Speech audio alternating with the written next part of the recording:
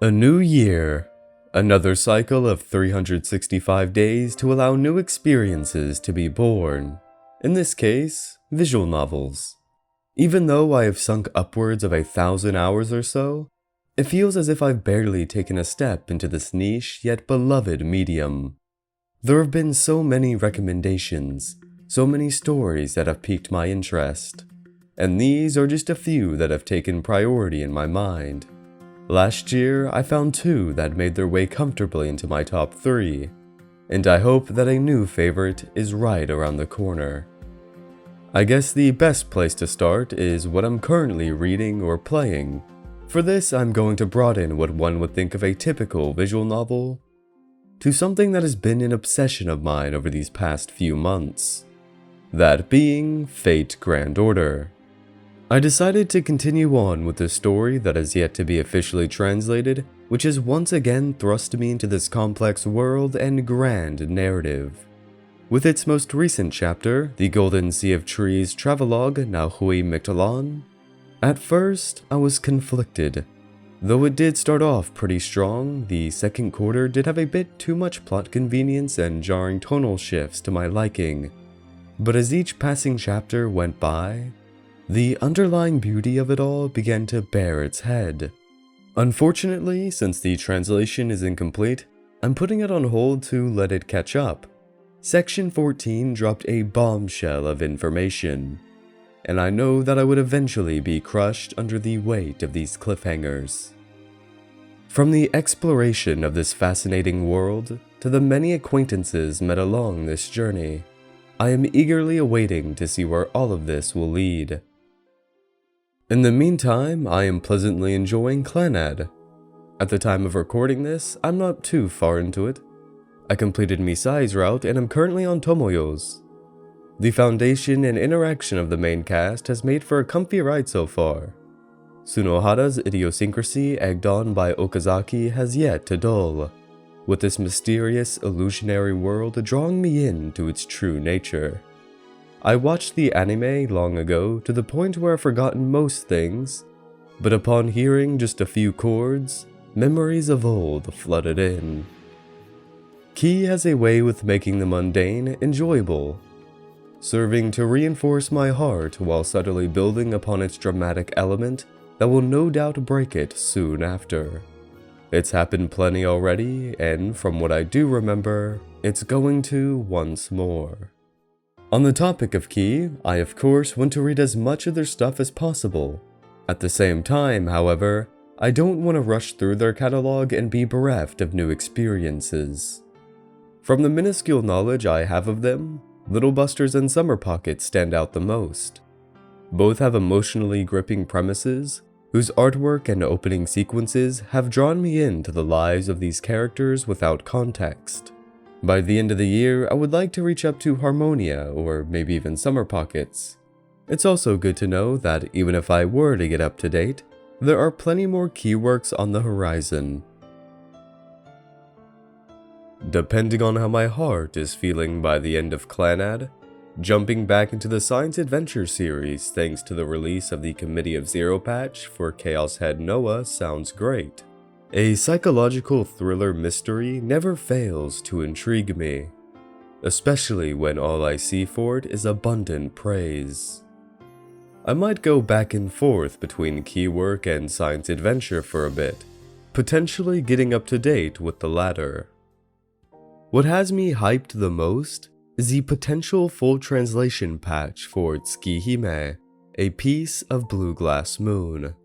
When the VN first released, I read through Arcuate's route with machine translation, only because it was supposedly similar to the original. Even through the wonky text, the beauty of the work and improvements made were well apparent.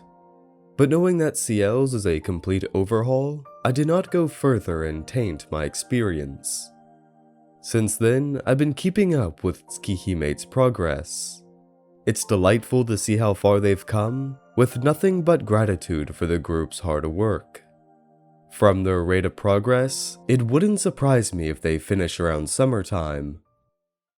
I would also like to get a 07th expansion VN in. and the only two I haven't read yet are Rose Gun Days and Iwaihime. I'm leaning more towards the former, as the synopsis does seem to be a bit unique when it comes to Ryukishi's oeuvre. No horror tag? No thriller? No mystery? Curiosity is piqued. So far, I've really only mentioned stuff from studios I'm already familiar with, so it would be nice to add something outside of that.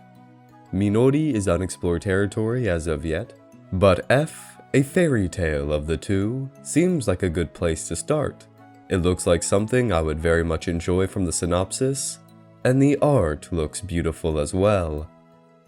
A lot of you have recommended Subarashiki Hibi and The House in Fata Morgana, both of which I really want to get into. Subahibi, from what I heard, takes some mental prep given the narrative's nature. I haven't a clue what the plot consists of, only that it touches upon philosophy while intermingling disturbing content. I don't know what that content is, I'm only saying this with the most vague of context. Whilst knowing next to nothing, curiosity and interest is at its highest regarding this work. I know I'm going to love it, but I just need to get in the right mood and mindset to truly enjoy it. The House in Fata Morgana is another that has enraptured me with its premise. The millennia-spanning narrative that seems to all converge is certainly interesting. I always see the name whenever Umineko is mentioned, so seeing another mystery of that caliber unfold would be amazing. On top of that, it also has a pretty unique art style. Following up with another multi-story narrative, Cyanotype Daydream, which follows 3 vastly different casts and interpersonal stories, has grabbed my attention as well. It seems to take advantage of the medium it's told through, and I'm really enticed by that. Though it might be a stretch to compare the two, I'm interested in seeing how both handle their varied yet conjoined narratives. Then, to finish off this year, I want to read Witch on the Holy Night once more. From its atmosphere to its characters, nothing has grabbed me quite like Mahoyo. It emits a cozy aura I wish to be enveloped in again. On top of that, there are a few aspects I want to do an analysis on, so I'm sure by going through it a second time, I'm going to cherish it even more. Of course, these are not the only ones I have on my list. I still have all the VNs that have been recommended. I've not forgotten one bit. There are a lot to get to, and I will, eventually. And just because I put these down does not mean it's set in stone. It's a loose schedule that I will attempt to follow for the most part, as there's no doubt my mind will wander off in a random direction as it usually does. I could full send to modern day Key, or get sidetracked and become immersed in something completely different from what's listed here. Excluding a few keyworks, most of these are on the longer side, so I'm going to shoot between 10 to 15 this year. I like to take my time with them and truly cherish each one I come by.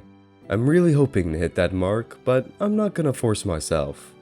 I also hope this list could give you insight to this year of potential videos, as like always, I will talk about them in some shape or form. And with that, I hope you enjoyed. Thank you very much for watching. Later.